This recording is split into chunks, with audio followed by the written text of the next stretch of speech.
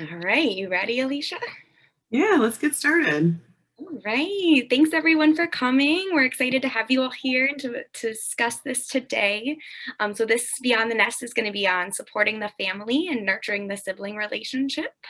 So we'll kind of start with introducing ourselves and then kind of give a little breakdown on what we're going to talk about today. So I'm Rachel. I'm a licensed social worker in our kindergarten program at Bluebird. I've been with the program for about 2 years now. Most of my clinical experience has been working with individuals with developmental disabilities kind of across the lifespan. So it's definitely my passion. And I'm a sibling myself.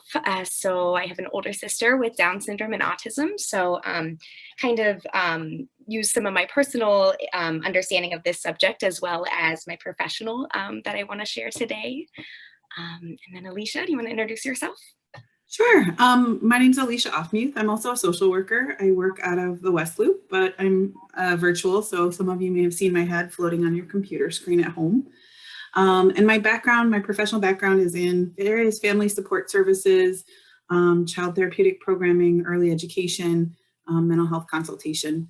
And I am a parent of two. So myself, I'm an only child. I didn't grow up with siblings. So as a parent, I'm certainly learning about sibling dynamics very quickly.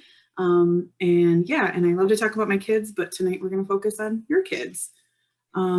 So we're going to get started here and kind of give you an overview. But if you have a question that arises, please feel free to enter it in the chat box and we'll monitor the chats.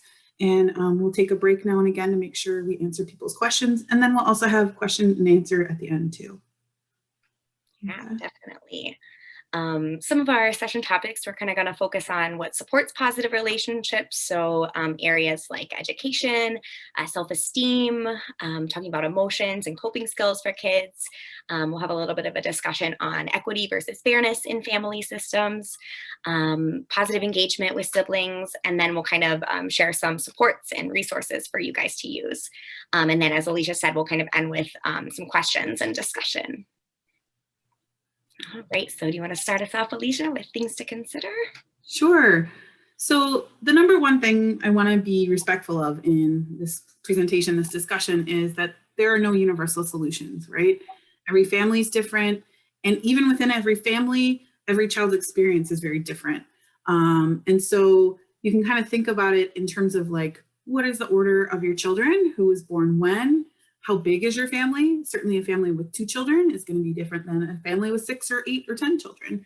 And then the ages between siblings. So I have 2 kids. One is 7, just turned 7, and one is 2. And the 7-year-old will sometimes say things like, I miss when I was an only child, or I wish you'd had Gabby sooner so I could play with her more. So, you know, that distance and age makes a difference. Who was born when? Who remembers being an only child versus maybe they don't remember. And to think about that in terms of every child is born into a different family. So your firstborn, they were the first and they had time with just mom and dad, or just mom or just dad. And then each following child had a different experience in that family. So they were born with an older sibling, and so on down the line. So to consider that perspective, that each child thinks about your family dynamic very differently. And each family dynamic is different. So you yourself might have siblings with the same number of kids or kids with a similar diagnosis, but your family is going to be very different than theirs, even though you have all these commonalities. So I just want to make sure I'm respectful to every family and every child's experience within your family. Yeah. All right, so kind of to get into supporting the sibling. Siblings without a disability are more likely to have a positive relationship with their sibling that does have a disability, kind of when a few things happen. So kind of research has shown when they received education about their sibling's diagnosis, when they experience positive responses from parents and peers about the diagnosis, and when they're able to express their feelings and learn good coping skills with a trusted adult. So we're going to kind of dive into all these areas within the presentation and kind of how to go about doing these things. And I want to note that another area of importance is to really enhance the self-esteem of the sibling. So we'll definitely talk about all those things throughout. So the first one is going to be education about the diagnosis. So when talking about, any of these diagnoses that a kiddo might have with their sibling, it's going to be really important to provide concrete information. I like to think back to an example. I used to do a support group for kids who had a sibling with Down syndrome. And we always start by kind of having them ask questions to us and to each other. And it's really interesting to hear some of the questions they'll ask, is Down syndrome contagious? Is my sibling going to be able to talk? Why does my sibling have this behavior? So kind of thinking about, when kids don't know the answers to these questions, how, their imaginations can run wild versus kind of if we're going to provide them that concrete information in a kid-friendly way, is really going to help them kind of understand their sibling and also kind of ease their worries or fears that they might have regarding their sibling. So, ways I really like to go about providing this concrete information is children's books. There's a lot of different children's books about disabilities. We included a link here. We'll definitely be able to share all of this with you.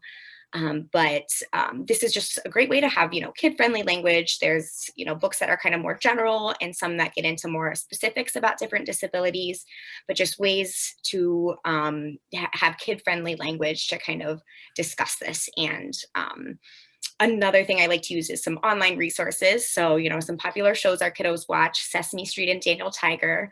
Both of these have characters with autism and do a really nice job of kind of explaining it and teaching ways to interact with these kiddos. And Daniel Tiger especially has, they have a character in a wheelchair, and they do a really nice job of kind of that representation that we really want in our shows and books and media. So I think those are great for kids to see for that representation. And then there's another resource we included called the CDC Kids Quest. So this is a good one for, some of our older kiddos. So maybe like if they're 10 or over, it kind of goes into, you can go on these quests for all these different disabilities, and it kind of breaks down what it is, has frequently asked questions. You learn all these different things and kind of get these awards by going on this quest. So it makes it kind of fun for the kids. So yeah, these are kind of just some ways to provide that concrete information the kids are looking for.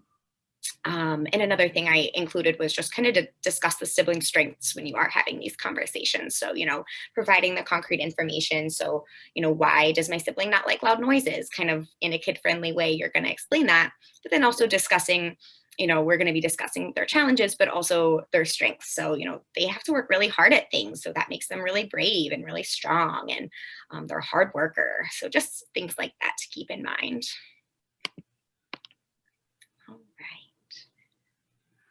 So self-esteem, and this is key for everybody. I think across the lifespan, we all need to make sure our self-esteem is solid.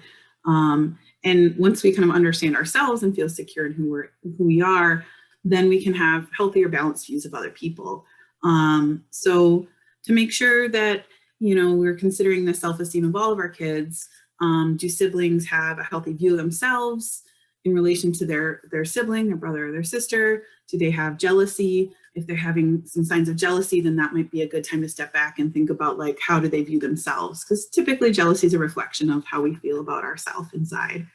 And make sure that all of your kiddos feel like they have solid strengths too, and that you see them, that you understand their strengths, that you help them pursue them, whether that's music, hobbies, extracurricular activities, or just personalized strengths like Rachel was commenting on earlier. But, your brother's really persistent and he hears things really well, and you're really good at art, and kind of not in a comparable way, not saying like you're better than him or worse than him, but just recognizing each of their skills and strengths.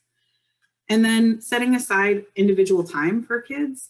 Now, I always want to put an asterisk on this because I feel like in these upside down times, this is really hard for parents. We're so busy. We're living these virtual lives. We're trying to protect our kids. We're trying to manage a lot of anxieties. So finding extra time can be really hard. But even if you have 10, 15 minutes a day where you're just one-on-one with your kiddos, whether that's doing a family chore together, like, okay, we're going to go tidy up the playroom together, let's chat about your day, and making it about spending time with them while you're doing a project, going for a walk around the block, but finding ways that your attention's undivided. And that can be really important for siblings who may feel jealous of all the time parents have to spend with one particular child. And if you can make it consistent, whether it's like, Friday night movie night, you're the older sibling, you get to stay up a little later, so we're going to do a movie together. Something like that that's special, and that just makes them feel seen and heard and understood. Even just commuting, like if you're dropping somebody off at school and you use that time to like check in, what kind of music do they like to listen to? What are they hoping to do at school today? Just having those conversations where you're really focused on them can make a big difference. And trying not to make it an added burden to your already full day. And then, you know, all that feeds into this notion that they're getting ongoing reminders that even though their sibling might need extra time from mom or dad or extra help from mom or dad, they are special too, and they are just as worthy of your time and attention. They may not get the same intensity of time or attention, but they have that feeling that mom or dad are there for me and they get me, makes such a difference. And positive praise, verbal reinforcement is really important. Noticing something they're doing, something, it could be even as small as like, oh, you got the dirty socks off the bathroom floor after bath time, thank you so much. But just reinforcing the behaviors you're looking for in a positive way, and appreciating them. Even just a few words of appreciation can really lift a child up. All right, so feelings, discussing with your kid, you know, the many feelings that come along with being a sibling in general, but also, you know, being a sibling of someone with a disability. So having these open conversations and encouraging them to share times their sibling made them feel all sorts of ways. So, you know, tell me a time your sibling made you feel happy or jealous or worried or angry, and reminding them it's okay to feel all these feelings, and that they can talk to you about the positive and the negative. You know, a lot of times these kids will bottle up the negative feelings because, you know, they don't want to upset the parents, or, you know, they're harder to talk about. But if they know it's okay to express these to you, then these feelings are going to be less likely to, you know, turn up in other ways, such as behavioral concerns. So, you know, like I said, with these open conversations, just kind of modeling active listening. So repeating back what they're saying to you. You know, I hear you felt really jealous this time that, you know, I had to miss this thing that you were doing because your sibling was having a hard time.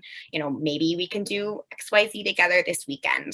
And then just acknowledging and discussing the challenges and hard times. You know, mentioning, you know, these are hard for me too. You know, it makes me feel sad too when I have to, you know, miss spending time with you. But kind of also ending the conversation, you know, thinking about the positive and happy moments of life with their siblings. So, you know, was there a fun trip we went on together? You know, was there a time your sibling made you laugh? Reminding them, you know, it's pretty cool because you get more responsibility and independence, and, you know, you're working on being so patient, and kind of reminding them of some special qualities that they will get too. So at a certain stage in life, everybody talks about fairness. There's that, you know, it's not fair, mom, it's not fair, dad, and you may have heard that already, but you will certainly hear that more than once in your life with your kids. And I think what's really important is that we as parents model this notion of equity and kind of the philosophy of like, everybody should get what they need in order to achieve their best. And so that might mean that brother or sister gets extra time with mom and dad, gets extra therapy, gets these extra things, but that's to make sure they have what they need. And so it's balancing it, but it's also modeling it and saying, I will also give you what you need as an individual. So I like visuals, and this is one I found recently. This notion of equality is everybody gets the same thing. But if you think about it in terms of, you know, a person in a wheelchair doesn't need the same bike that a really tall man needs, or a petite woman, or a small child, right? That same bike isn't going to work for everybody. The same thing with parenting. The same parenting approach isn't going to work for every child.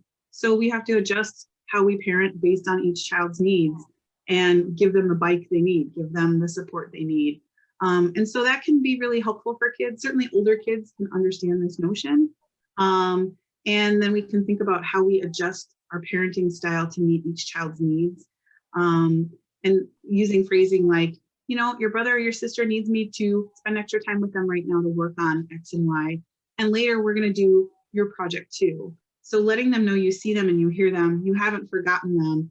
And kids really get this notion of people getting what they need as a form of equity over equality. And fairness means, you know, everybody gets what they need from mom or dad.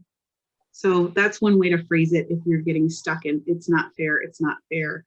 But, right now I know you want more of my time or my attention. I'm going to give it to you as soon as I can, and kind of noticing their individual needs. And kids get that notion, like I need something different than she needs or he needs. All right, so kind of going along with the feelings, some coping skills we can use for these kids. So talking to your kid to figure out what coping skills is going to work best for them if they start to experience, some of those stronger negative feelings we were talking about. So something I really like to suggest is that making a toolbox for your child to have on hand for if they start to get upset, or if their sibling is having a harder time and needs the parents' full attention at that moment. This is kind of their special thing. We pull it out. It's got coloring books and toys and some Play-Doh and things that they can do, things that are comforting to them, and then maybe including some photos of their siblings together during a good memory to kind of remind them of the good times. And those happy thoughts that they can have toward their sibling.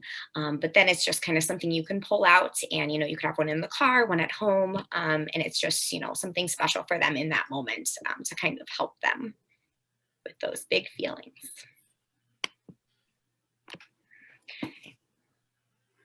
So how do you facilitate sibling engagement? And this can be particularly challenging when there's big developmental differences. So how do we support that? How do we make it meaningful for all of the children involved? Modeling is really key.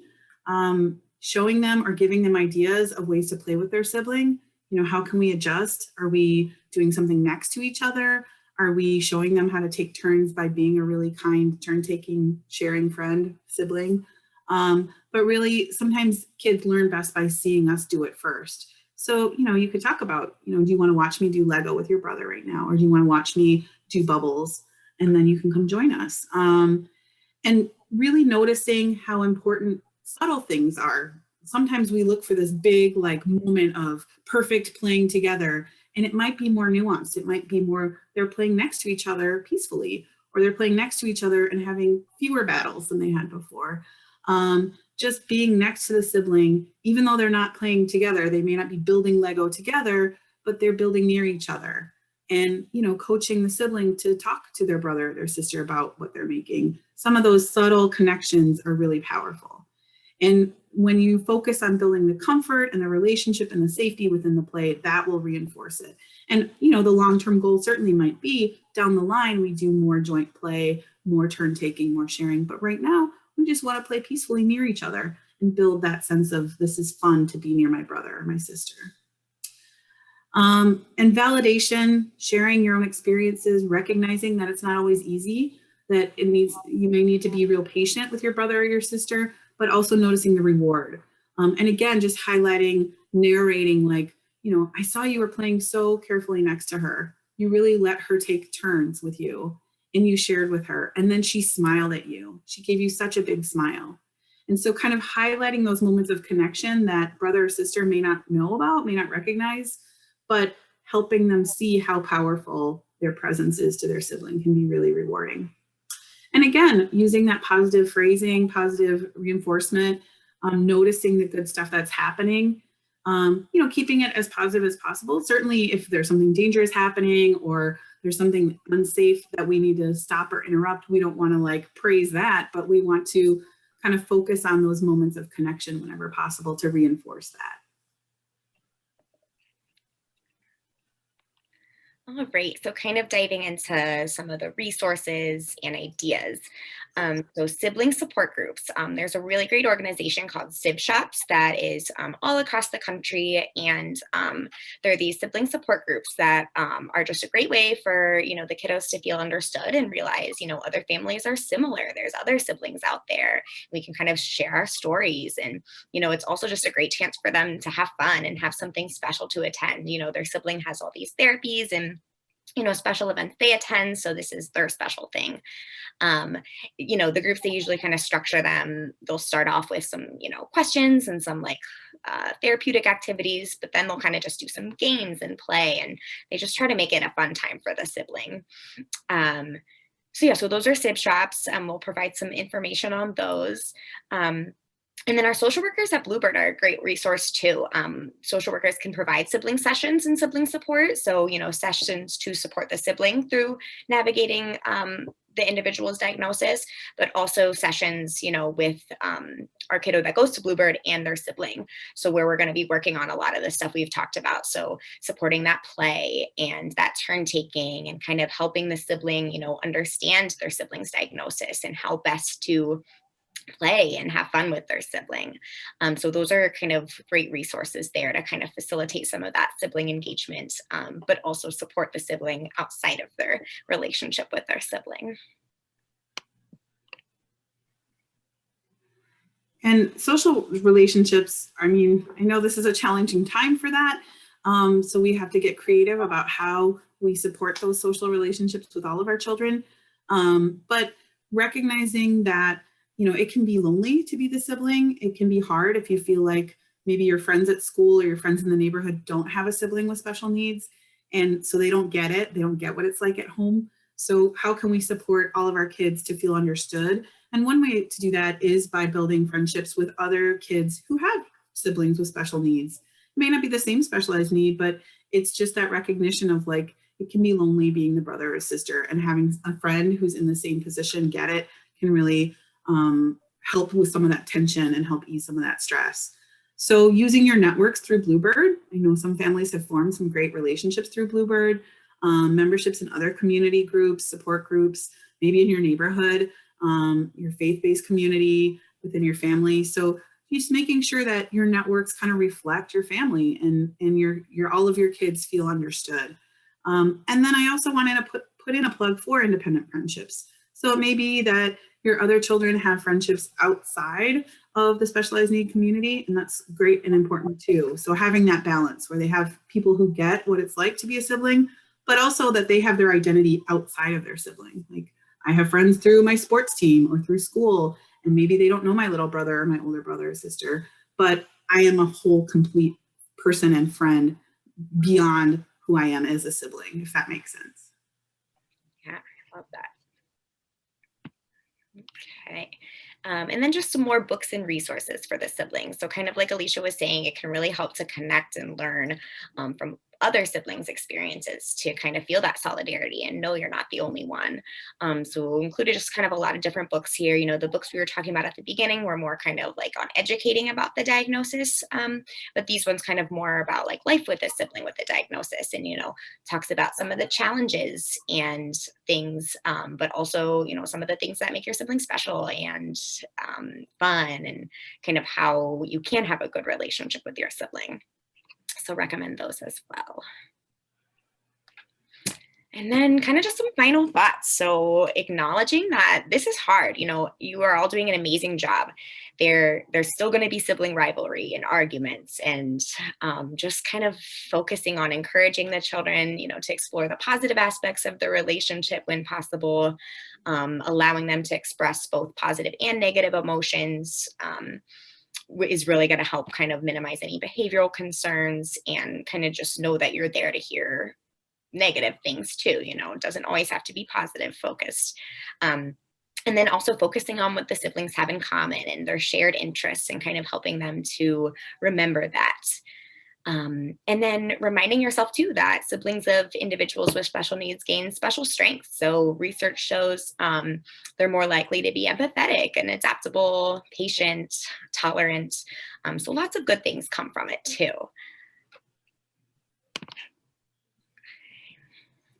So one of the questions I have for everybody is to think about, would it be beneficial for you all to have this as an ongoing conversation? This is just kind of the tip of the iceberg to think about parenting and sibling dynamic and family dynamics.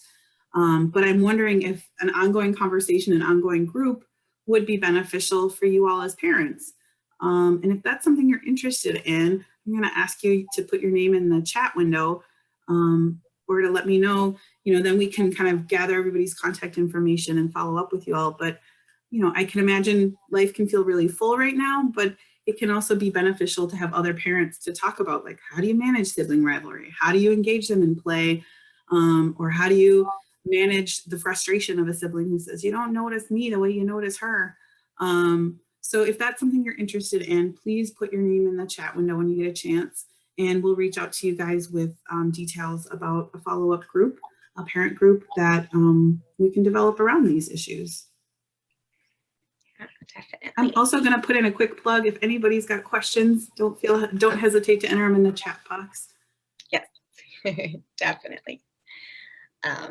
Yeah, and feel free, we'll provide both of our emails, can reach out to Bluebird, and your child's treatment team can always help with this. And we have a new Bluebird advice column on our website. Alicia included the link here, but that's a great place too to kind of ask questions and get some advice from different therapists from interdisciplinary teams. So yeah, so that's all we have. I think we'd like to kind of open it up if anyone has any questions or things they'd like to discuss.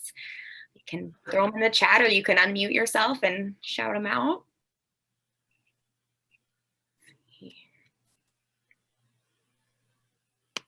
Stop sharing.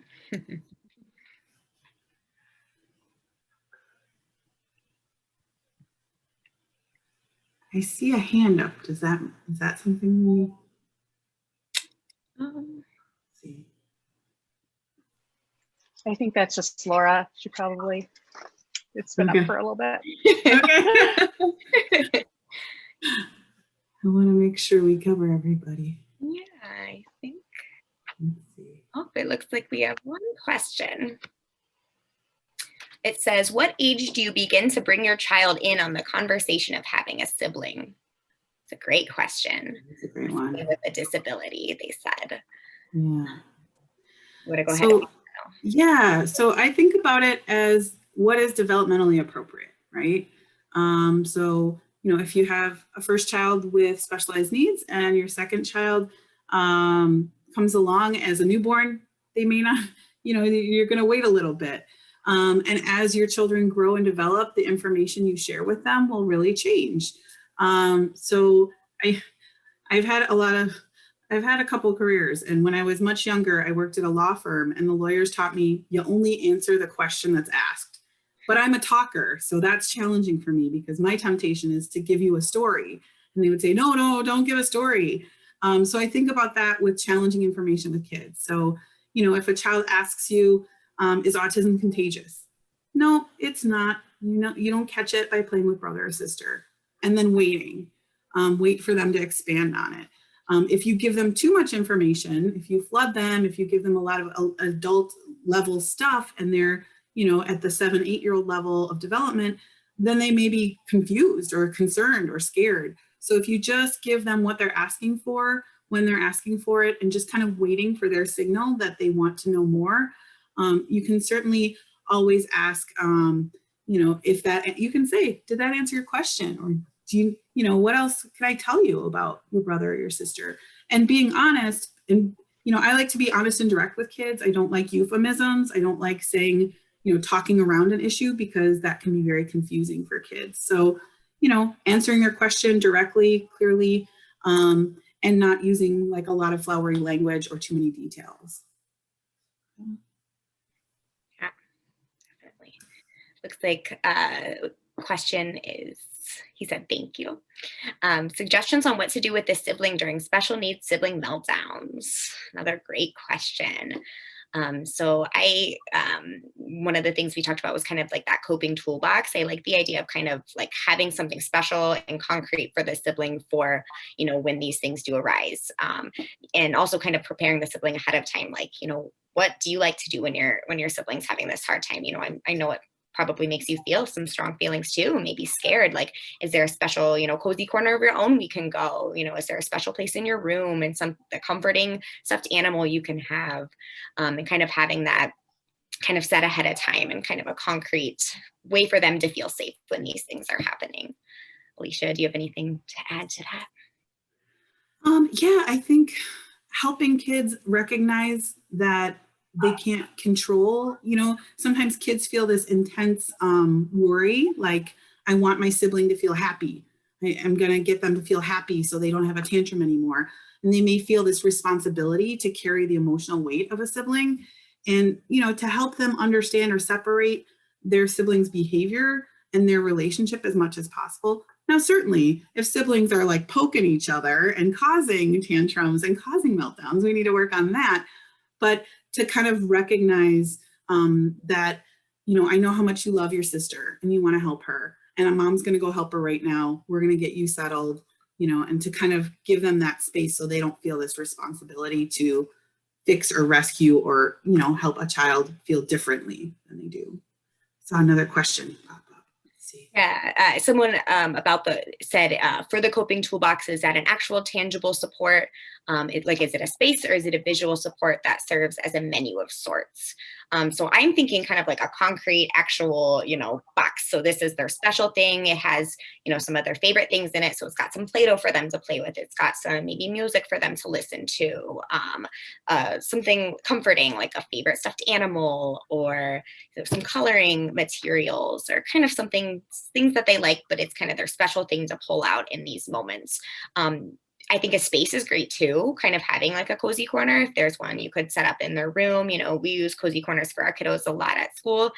Just kind of like a comfortable area, maybe with something you can put over it, a tent, something like that, just kind of to be, your special spot to get away.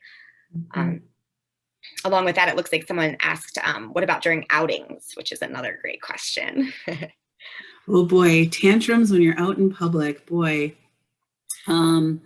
So I think tantruming and planning ahead for that's really key. And like Rachel said, kind of having a plan going into that, especially if it's a situation that's prone to having meltdowns, and talking as a family, like, what are we going to do? How are we going to work through this? Preparing everybody for what you're going to do and see, so that kids can kind of mentally be aware. Prevention's key. If you can prevent a meltdown, that's always easier than trying to calm down a meltdown. And so having a plan with everybody ahead of time can help with that. But part of that plan could be, and if we have an emotional moment, here's who's going to take care of you. Here's who's going to take care of brother and sister. If you're at the grocery store, does somebody have to leave with whoever's having a meltdown and wait in the car, and we can keep shopping? But having a clear plan in mind and having a plan for safety is really key too, that we're going to keep everybody safe. And that goes back to that equity versus fairness thing. It's like, how are we going to make sure everybody's safe? And it might mean that, we're not all together for an outing, or it might mean that we have different experiences to keep everybody safe. Yeah, definitely. Rachel, do you have more to add to that? I feel like right now I'm so removed from outings that I'm trying to remember, like, what are outings? No, I definitely agree. I love the idea of like having a plan in place set ahead of time, kind of discussing that with the sibling if they're, developmentally able to understand and have that conversation. And yeah, if there's two adults there, can one take the sibling on a walk, or kind of if both adults need to help the sibling, is there something the sibling can do to kind of keep themselves busy while still being in sight to be safe? Can they bring headphones? Can they bring, their favorite thing to read or look at, something to kind of just provide that sibling if they can kind of stand back during those moments? I have a question. So hi, my name is Teacher Spires. My son is autistic, and we're quite in a sticky situation. I don't know if anybody said this in the beginning because I just came in, so I apologize if anything's going to be repeated. So my son will probably be introduced to his sister for the very first time, and it will be without me, because of the parenting situation. My question is, how do I prepare for that? Like, how do I prepare him for that, being that his dad and that side of the family is so detached from this? So I don't see them being able to use the tools that I've known from Bluebird and what I'm learning here to help him. So how do I, is there any suggestions on helping him being introduced to his sibling for the first time since he's been born? I don't think he's ever seen her. How old is the sibling? How old is? She is 10. Oh, okay. I was imagining a newborn baby. That's very different. No. Mm-hmm. Again, I think if you can do preparation work, if you can show him pictures, if you can tell some stories, if you can talk about, and it may be complicated. It sounds like there's some complicated communication differences and family styles going on. But if you can help him get prepared for it, certainly that's always better than just walking in the door and having somebody go, here's your new sibling that you didn't know about. Right. So, if you can include pictures of her, if you can talk about stories about her, if you can, help him maybe bring her a gift. That's always really bonding. If children have a special present, maybe it's a picture he makes for her, or maybe it's a little toy, a gift. You know, if you can find out things she likes ahead of time, that's always great. But there's something really lovely about kids bringing something special to each other and saying, like, I thought about you and I wanted to give you something, maybe not verbally, but showing that interest. So making it a special moment, maybe he wears a special outfit to meet her, but building it up as something positive rather than something he's been missing out on. If you can plan for that and making it a special moment, obviously, you know, you can only do what you can do if you're not getting a lot of communication.